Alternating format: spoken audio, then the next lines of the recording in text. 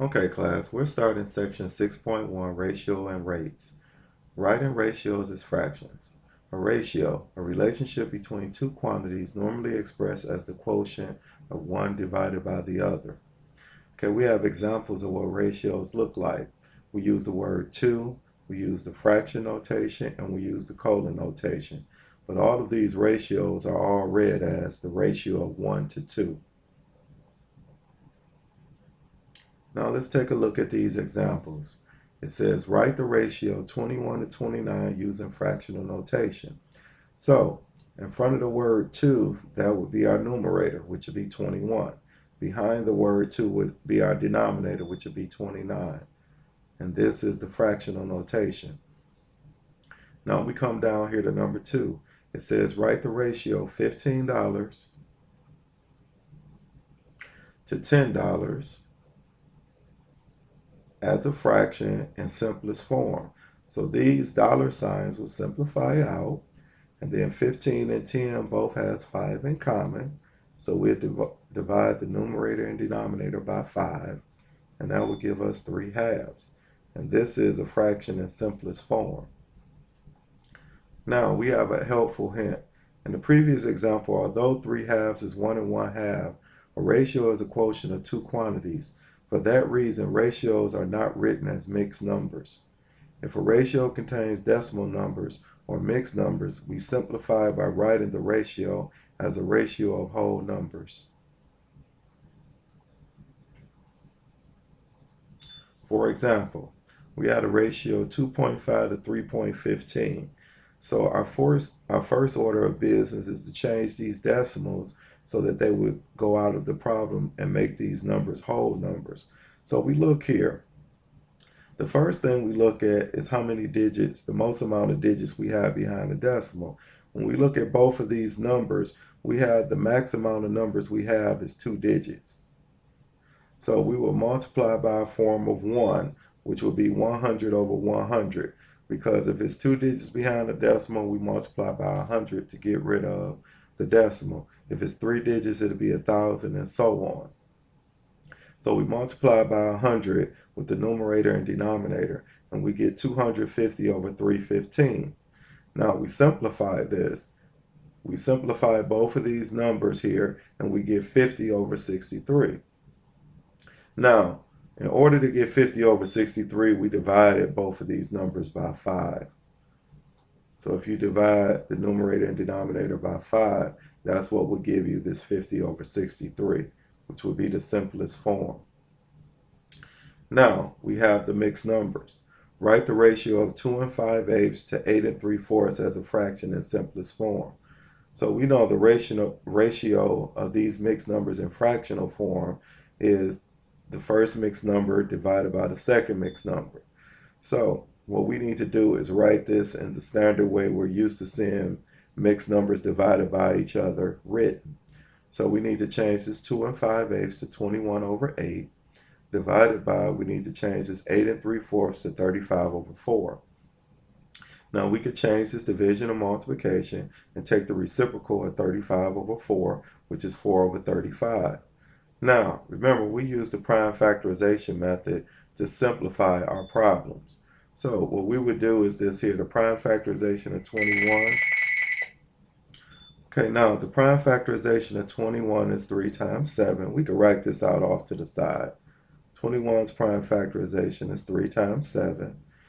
And we know 4 prime factorization, even though it's not written, is 2 times 2. Now we come down here to 8.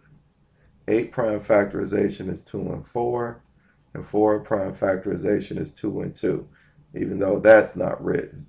And 35 prime factorization is 5 and 7. So we have all of these numbers. Now instead of writing the 2 and 2 for 4, they just wrote the number 4. And as you see it, they have a 7 in common, and they also have 4 in common. And that leaves us 3 times 1, which is 3, and 2 times 1 times 5 times 1 is 10. So our final answer here is 3/10. Now we have examples we need to do. It says write the ratio 62.5 over 12.5.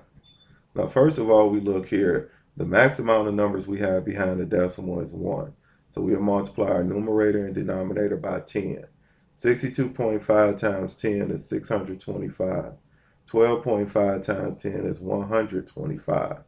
Now, we could do this with the prime factorization method to simplify this. We could take 625 and 125. So now 625 ends in 5. So we know 5 goes into this. So it'll be 5 times 125. And this will be 5 times 25. And this will be 5 times 5. So we will have, for the 625, we will have 4 5s. Now for 125, we have 5 times 25 and also 5 times 5. So we will have 3 5s. Now we simplify. We have 3 sets of 5s in common. So your answer here would be 5 over 1. Now listen, I know I told you before in another section that we never leave a number divided by 1, but we would leave that in a ratio form. This is one of the few cases where you will leave a number divided by 1 as your final answer. Now, we go here to the next problem. It says write the ratio 1 5/8 to 3 5/6 as a fraction in simplest form. So we'll have 1 5/8 divided by 3 5/6.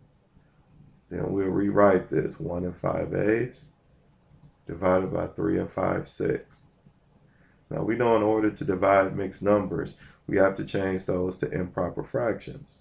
So we know 1 5/8 will give us 13 over 8 divided by 3 5/6 will give us 23 over 6. Now we have 13 over 8, division becomes multiplication, and we'll take the reciprocal of the second number, which is 6 over 23. Now we need to take the prime factorization of 13, which we know 13 is prime, and the prime factorization of 6 we know is 2 and 3. Now the prime factorization of 8 we did earlier, which is 3 2's, and 23 is prime. Now, if you notice here, we have one set of 2's in common, and that's it. 13 times 3 is 39, and 2 times 2 is 4 times 23, which will give us 92. So our final answer here is 39 over 92. Now we go down here to number 5. It says Faith did a survey of the entire 3rd grade class to find out what everyone's favorite candy was. There are 84 3rd graders. The results are below. Be sure to reduce your answer. Now it says, what is the ratio of students who like Smarties to students who like Hershey's Kisses? So we look here. We have Smarties. Okay, now we have 18 students who like Smarties. And then the Hershey Kisses, we have 10 students that like Hershey's Kisses. Now we have to simplify this. Now we need to do the prime factorization of 18 and 10. Prime factorization of 18 is 2 times 9, and 9 becomes 3 times 3. So it's 2 times 3 times 3. All over 10 becomes 2 times 5. These two simplify out. 3 times 3 is 9, and it's over 5. So our final answer is 9/5. Now it says here, what is the ratio of students who like Reese's Minis to the whole 3rd grade? Okay, now we look here at the Reese's Minis. We have 24. Now we have to do the whole 3rd grade. Okay, class, we must calculate the whole 3rd grade. Now if you look here, we have numbers by each one of these candies. So we had 20, 10, 24, 18, and also 12.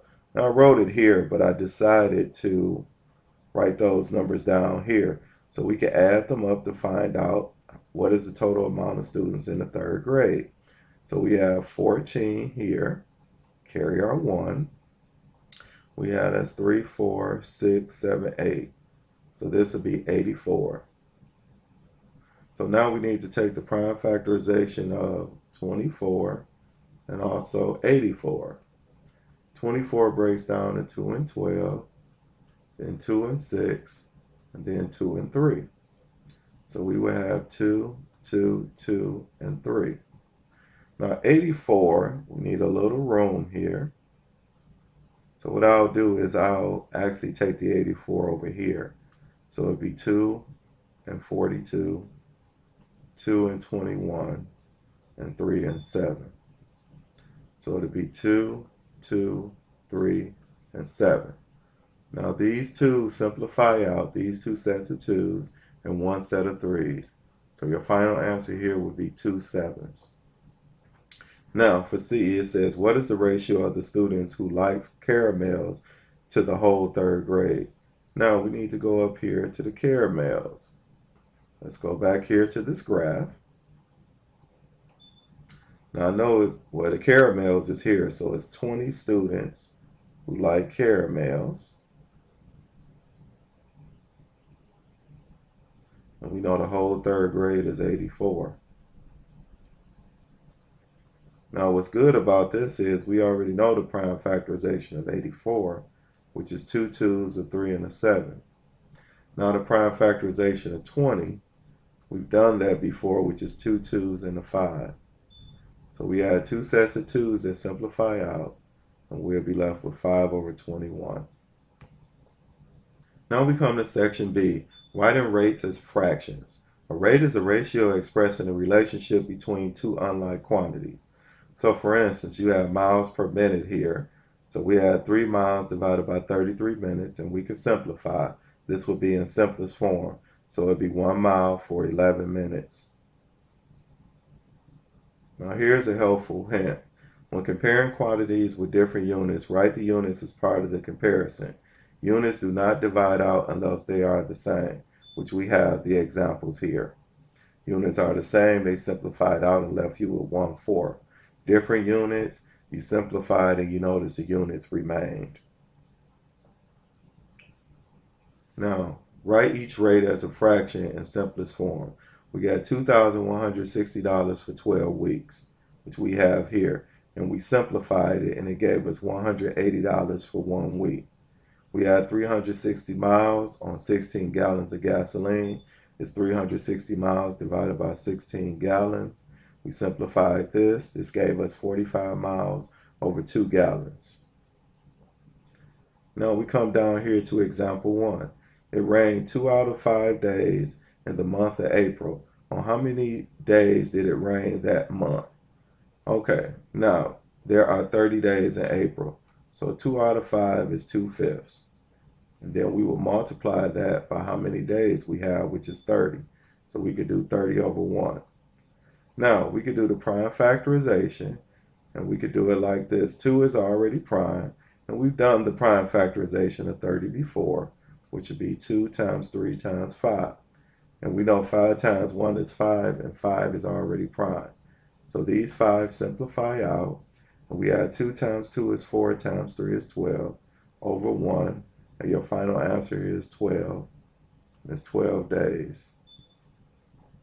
Because they did not ask for a ratio or a rate. Okay, now we look at number 2. There are 20 students in Mrs. Khalid's 5th grade class. 2 out of 8 students have no brothers or sisters.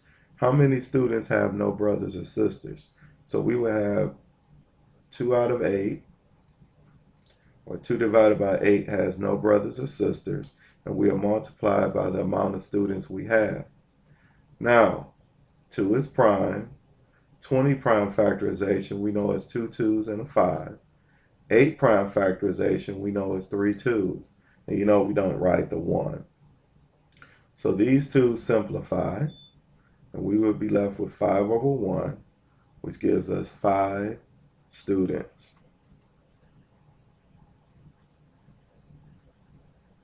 who have no brothers or sisters. Yes, I ran out of room here, but this is 5 students who have no brothers or sisters. Okay, now we come down here to section C.